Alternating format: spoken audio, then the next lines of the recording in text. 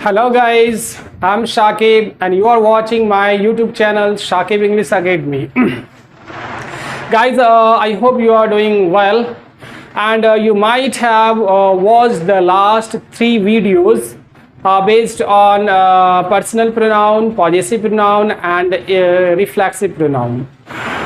Guys, in this video I'm going to discuss emphatic pronoun, that is the 4th part of pronoun series.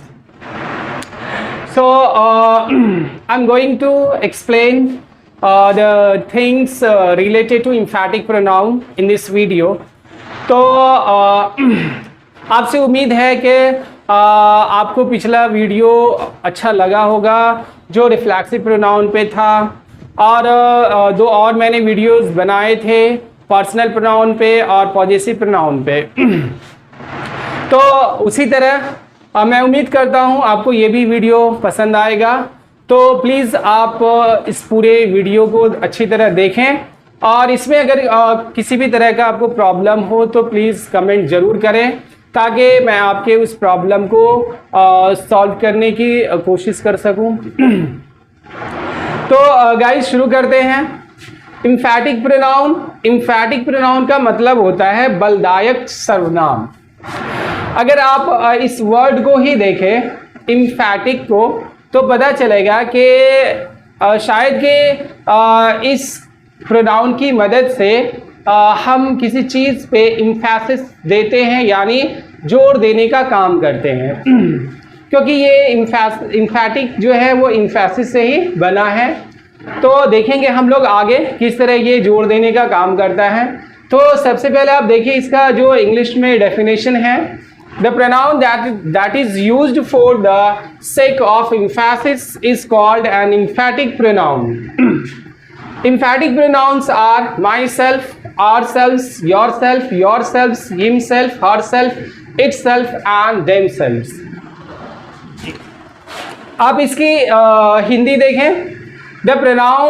वह pronoun जिसका प्रयोग किसी वाक्य में noun या प्रोनाउन पर जोर देने के लिए किया जाता है एम्फैटिक प्रोनाउन कहलाता है।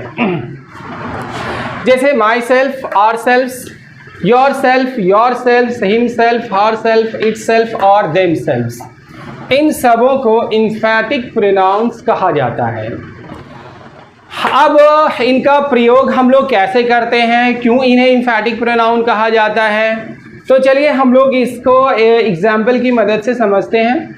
जैसे मैंने यहाँ पर 2 एग्जाम्पल्स दिए हैं, जिसमें पहला है I wrote a letter myself. इसकी हिंदी होती है मैंने खुद से एक पत्र लिखा। He killed the tiger himself, उसने खुद से बाघ को मारा। अब यहाँ पे इसके यूज को समझिए आप, माई सेल्फ और हिमसेल्फ। यहाँ पे अगर मैं माई सेल्फ को पहले वाले सेंटेंस में अगर हाइड कर देता हूँ तो इस सेंटेंस का अर्थ जो है वो क्लियर है। कैसे? आई रोट अ लेटर, मैंने एक पत्र लिखा। काम का असर कहाँ जा रहा है ये क्लियर है। तो फिर आप बोलेंगे कि ये कौन सा काम कर रहा है, ये सिर्फ जोर देने का काम कर रहा है। वो जोर देने का काम कैसे कर रहा? I wrote a letter myself, मतलब मैंने खुद से एक पत्र लिखा। अच्छा, आप गौर करें कि दोनों के अर्थ में कितना डिफरेंस है। अगर मैं यहाँ तक का अर्थ निकालता हूँ तो आई रोट अ लेटर, मैंने एक पत्र लिखा, और अगर मैं यहाँ से यहाँ तक का अर्थ निकालता हूँ तो I wrote a letter myself, मैंने खुद से एक पत्र लिखा।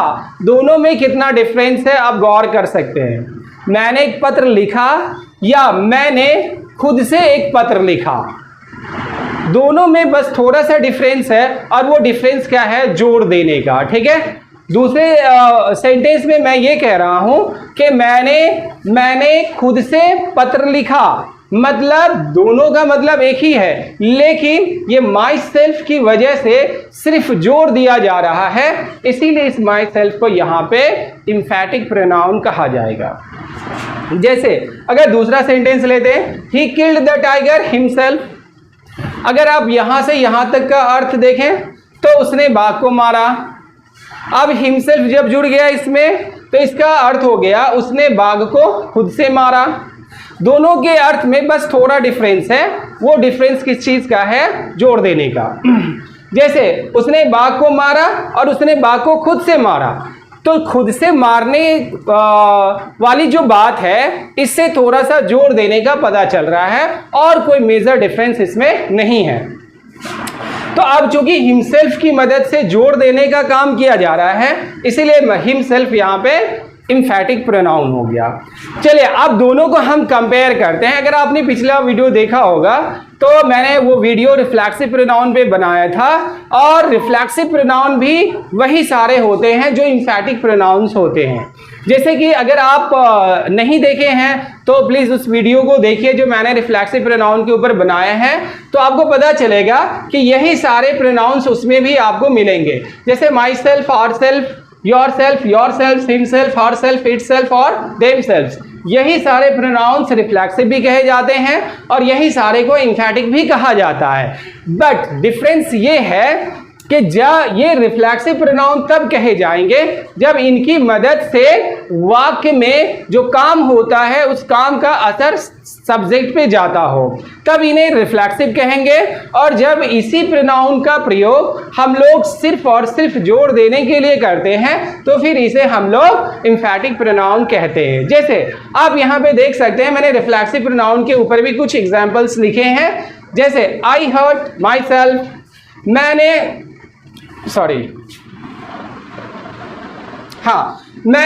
खुद को चोट लगाई। दूसरा आप देखिए ही प्रेज्ड हिमसेल्फ, उसने खुद की प्रशंसा की।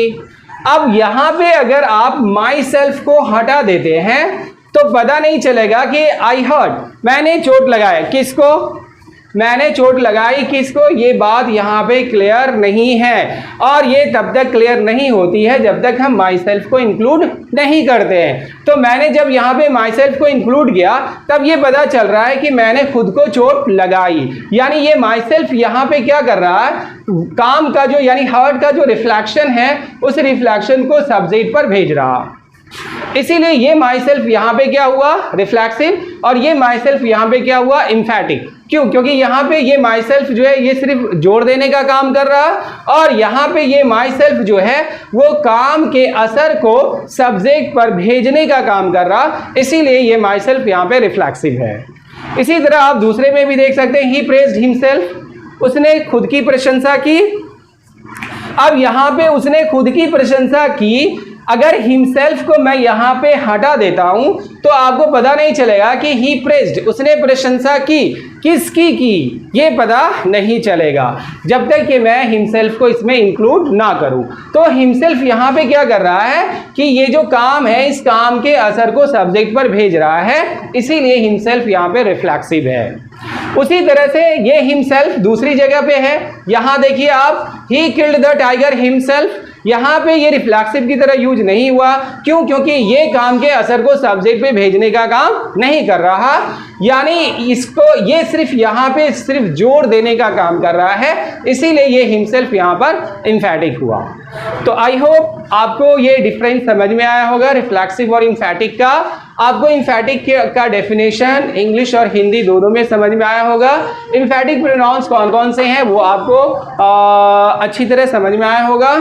अब एक चीज यहाँ पे है जो मैं आपको बताना चाह रहा हूं कि आपने यहाँ पे देखा होगा कि यहाँ पे माई सेल्फ SELF लगा हुआ है और यहाँ पे SELVES लगा हुआ है।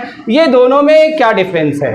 डिफरेंस ये है कि सेल्फ जो है वो सिंगुलर को रिप्रेजेंट करता है और सेल्फ्स जो है वो प्लूरल को रिप्रेजेंट करता है। जैसे एक प्रोनाउन लेते हैं, जैसे शी का क्या बनता है? हर, और इसी हर से क्या बनता है? Her self.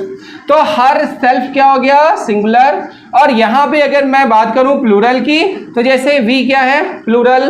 वी का क्या बनता है? आर, और इसी आर से बन जाता है आर सेल्फ्स। तो आर सेल्फ्स क्या हो गया? प्लूरल। तो इसीलिए जिसमें जिसमें सेल्फ्स लगा हुआ है आप उसे प्लूरल मानिए और जिसमें सेल्फ लगा है उसे आप सिंगुलर मानिए। ठीक है, तो चलिए मैं उम्मीद करता हूँ आपको ये वीडियो पसंद आया होगा।